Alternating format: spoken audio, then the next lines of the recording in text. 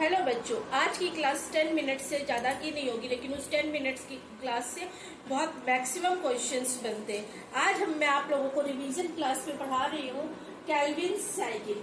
Calvin cycle जैसा कि आपको नाम से ही जो है समझ में आ रहा है कि ये केल्विन ने दी थी और ये सारे प्लांट्स में होती है, चाहे वो C3 हो या फिर C4 और प्लांट्स है केल्विन साइकिल्स। ठीक है, अब इसे क्वेश्चंस कहाँ से बनते हैं कि फर्स्ट कार्बन एक्सेप्टर, तो RuBp is first carbon acceptor. तो फर्स्ट कार्बन एक्सेप्टर हमारा कौन सा बच्चों?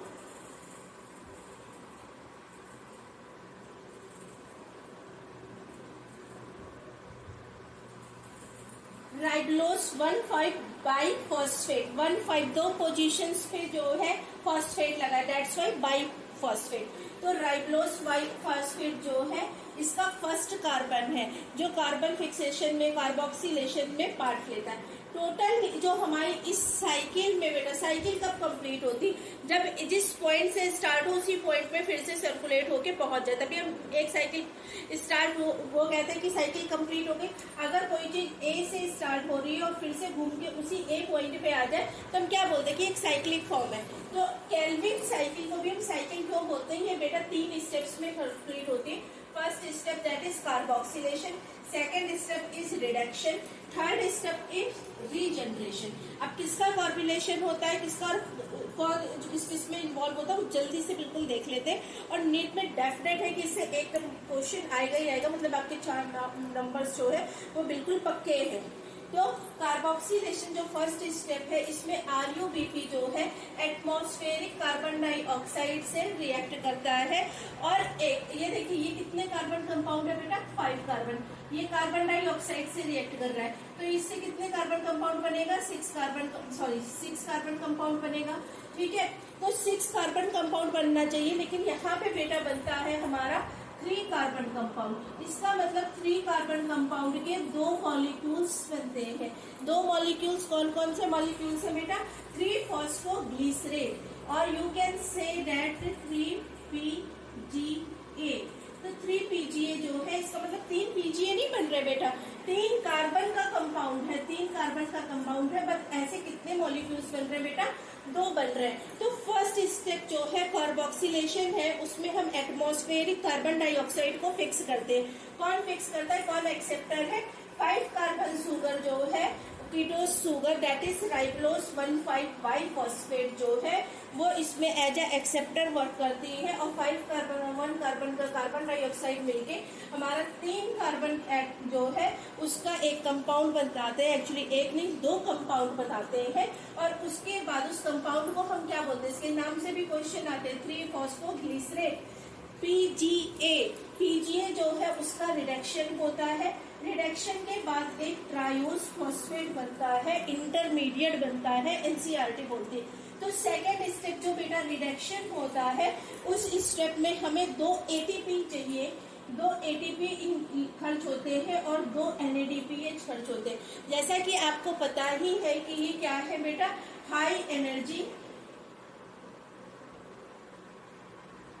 देखिए, ATP तो एनर्जी करेंसी ही है, लेकिन NADPH जो है वो भी हाई एनर्जी कंपाउंड है।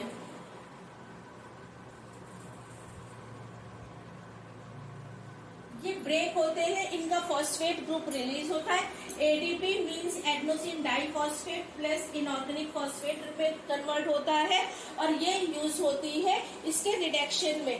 प्लस NADPH बनता है और हमारा इनऑर्गेनिक फॉस्फेट बनता है। ठीक है, इसके बाद ट्रायोज फॉस्फेट जो है उनसे अल्टीमेटली जो है हमारा सुक्रोज बनता है, स्टार्च बनता है, जो हमारा केल्विन साइकिल का मेन प्रोडक्ट है। अब मेन प्रोडक्ट बन गया तो रिएक्शन यहीं पे स्टॉप हो जानी चाहिए थी, बट ऐसा नहीं है। रिएक्शन की कॉन्टिन्यूटी मेंटेन होनी चाहिए, क्योंकि हमें सिर्फ एक मॉलिक्यूल ही नहीं बनाना है। तो ट्राइफॉस्फेट जो है उससे ये ट्राइफॉस्फेट बनता है।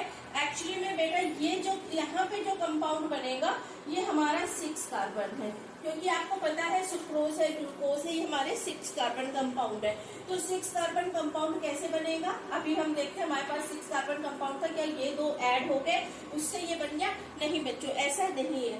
तो यहाँ पे ये साइकिल एक बार चलती है जब एक CO2 के साथ, तो नहीं बनेगा। ये साइकिल 6 टाइम्स चलती है, 6 टाइम्स चलेगी, 6 टाइम रन होगी। 6 कार्बन डाइऑक्साइड जो है वो रूबिस्को के साथ ऐड ऑन होंगे, कार्बोक्सिलेशन होगा और हमारा 3 फॉस्फोग्लिसरेट यानी कि 3 PGA का फॉर्मेशन होगा। इसके बाद इसी कंपाउंड का हमारा रिडक्शन होना है।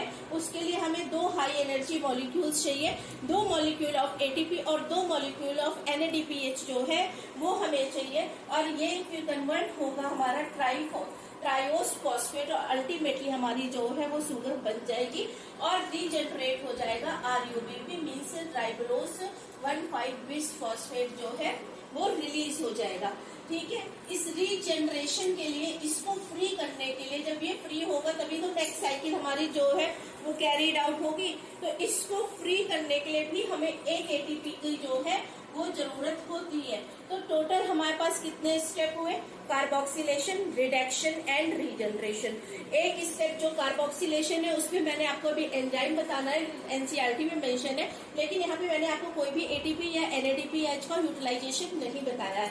लेकिन जब 3 फॉस्फोग्लिसरेट का रिडक्शन होना है तब वहां पे हमारे 2 ATP यूटिलाइज हो रहे हैं और 2 NADPH यूटिलाइज हो रहे हैं। इसके बाद जब ये ट्राइओस फॉस्फेट से शुगर जो है वो स्टोर हो जाती है स्टार्च के फॉर्म में, तो ये हमारा RUBP नेक्स्ट साइकिल के लिए फ्री होता है, रीजनरेट होता है।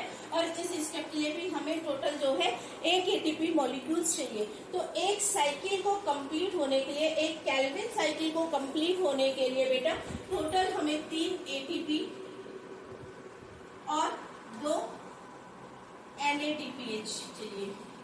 ठीक है, तो ये साइकिल मैंने आपसे कितने बार बताया है कि ये साइकिल 6 टाइम चलेगी। ये जो है, ये कैलकुलेशन जो है, ये अमाउंट जो है ये 1 साइकिल के लिए है। तो अगर आप टोटल जो है वो निकालेंगे तो you should be multiply 3 with 6, then you can get the total amount of ATP for 1 molecule of glucose. एक ग्लूकोज को बनाने के लिए सिर्फ एक ग्लूकोज तब बनेगा जब ये साइकिल हमारी 6 बार चलेगी बच्चों। ठीक है, तो कितने ATP चाहिए? 18 ATP चाहिए और 2 NADPH, तो 12 NADPH की रिक्वायरमेंट है एक केल्विन साइकिल के चलने के लिए। एक केल्विन साइकिल जो है उसके कंप्लीट होने के लिए हमारे इतनी जो है वो रिक्वायरमेंट है, इतनी नेट जो है ये हमें एनर्जी मॉलिक्यूल्स की रिक्वायरमेंट है। और बेटा अब हम जो है देखिए, ये जो रूबिस्को है इसका रोल, इसके रोल पे मैं छोटा सा वीडियो बहुत जल्दी बनाऊंगी, लेकिन आज का वीडियो बहुत सॉलिड रखना है मुझे। तो देखिए ये क्या है रूबिस्को, इसकी जो एफिनिटी है, जो बाइंडिंग कैपेसिटी है वो कार्बन डाइऑक्साइड के साथ भी है और ऑक्सीजन के साथ भी है। कार्बन डाइऑक्साइड के साथ तो आपको यहीं पे रोल दिख रहा है, लेकिन ऑक्सीजन के साथ कहाँ पे बाइंड करता है वो भी हम देखेंगे। अभी इसका नाम देख लीजिए, रूबिस्को है। ठीक है, रूबिस्को RUBP, तो you can say that राइबोलोज।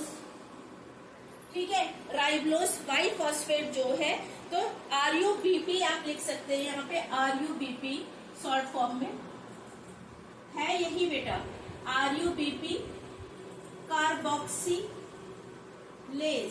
Carbon के साथ एडिशन हो रहा है, कार्बोक्सिलेशन हो रहा है, उसका फिक्सेशन हो रहा है कार्बोक्सिलेज।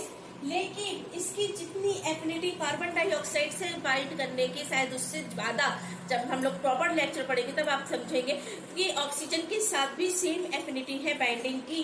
तो यहाँ पे RUBP कार्बोक्सिलेज ऑक्सीजिनेज, ये बेटा एंजाइम है।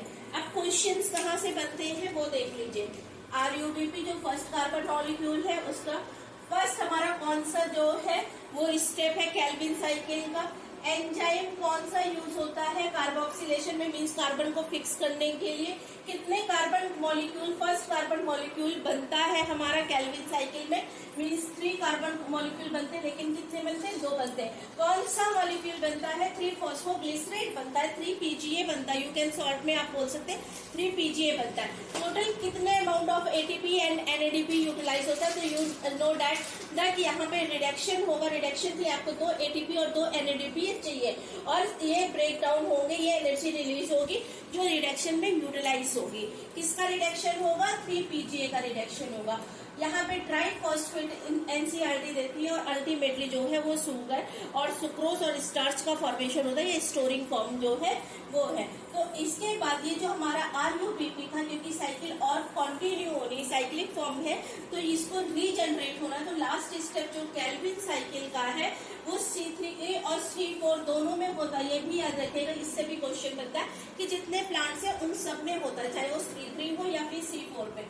तो रीजनरेट होता है और रीजनरेट होने के बाद RUBP हमारा फ्री होता है फॉर नेक्स्ट साइकिल। टोटल एक ग्लूकोज बनाने के लिए हमें 6 टाइम इस साइकिल को रन करना पड़ेगा।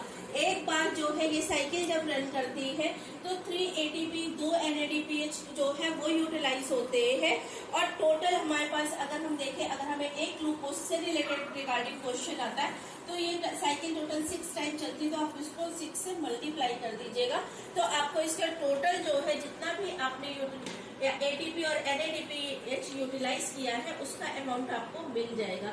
इन शॉर्ट मैंने आपको ये पूरी रिएक्शन रिवाइज करा दी है।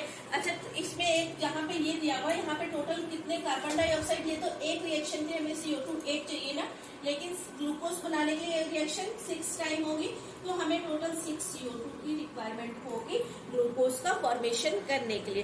तो ये बहुत जल्दी मैंने आपको पूरी केल्विन साइकिल रिवाइज करा दी। इससे डेफिनेट है कि आपके इस आने वाले नीट के एग्जाम में एक क्वेश्चन पक्का बनता ही है। तो please like share and subscribe my channel. Thank you, have a nice day.